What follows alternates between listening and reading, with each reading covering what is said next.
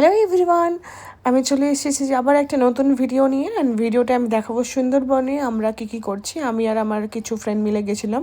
তো এখানে দেখো আমরা ক্যানিংয়ে পৌঁছে গেছি। তো এবার ক্যানিং থেকে আমাদের একটা বাসে করে নিয়ে যাবে, যেখানে বোট আছে আমাদের ওখানে। অ্যান্ড তারপরে আমাদের বাসের মধ্যেই পরাঠা আর আলুর দম দিয়ে দিয়েছিল। তারপরে আমরা যেখানে পৌঁছাতে হতো আমাদের বোটের জন্য, বাসে করে আমরা সেখানে পৌঁছেই গেছি। অ্যান্ড এরপরে আমরা অনেক কিছু করেছি, খেয়েছি এখানে। তো আমাদের প্রায় বিকেল 4টে অবধি পুরো নদী ঘুরিয়েছে, সব কিছু যা যা দেখানোর সব দেখিয়েছে।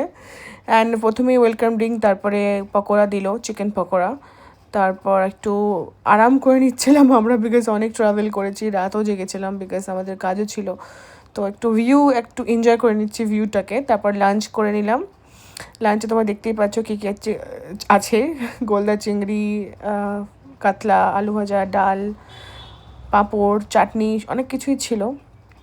অ্যান্ড তারপরে বিকালে আমরা হোটেল আসতেই 4টের দিকে এই যে একটু দোল করে নিচ্ছে আমার ফ্রেন্ড, ওখানে দুলছে দূরে, এটা আমি।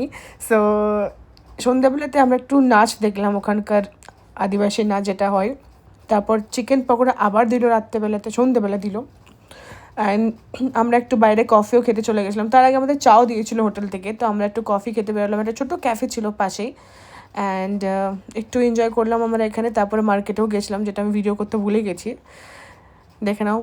তো কফি খেয়ে আমরা আবার হোটেলে ফিরে যাব। হোটেলে গিয়ে আমরা যেগুলো খাচ্ছি সেটা হচ্ছে যে ফ্রাইড রাইস অ্যান্ড একটা রুটিও নিয়েছিলাম, চিলি চিকেন অ্যান্ড তড়কা নিয়েছিলাম, আর লঙ্কা পেঁয়াজ, আরও অনেক কিছু ছিল যেগুলো নিইনি আমরা।